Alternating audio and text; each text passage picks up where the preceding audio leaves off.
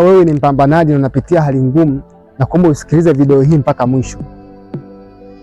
Kuna mshairi mmoja anasema kwamba wakati mwingine mambo tusiyoweza kuyabadilisha huishia kutubadilisha wenyewe, ikiwa ina maana kwamba kwenye maisha kuna changamoto tofauti tofauti. Zipo changamoto ambazo tunaweza kuzitatua na kuzishinda, lakini pia zipo changamoto ambazo tunashindwa kuzitatua na kuzishinda.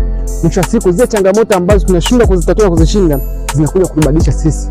Nichukulie mfano, kuna watu wanaamka toka asubuhi kutafuta riziki ya familia. Mwisho wa siku wanaishia kupata kidogo ambacho hakiwezi kutosha mchana na usiku. Mwisho wa siku watu huwa wanafanya maamuzi yaliyo tofauti tofauti.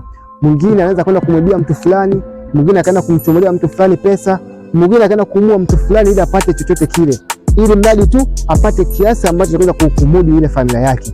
Yote hiyo ni kukosa mambo matatu.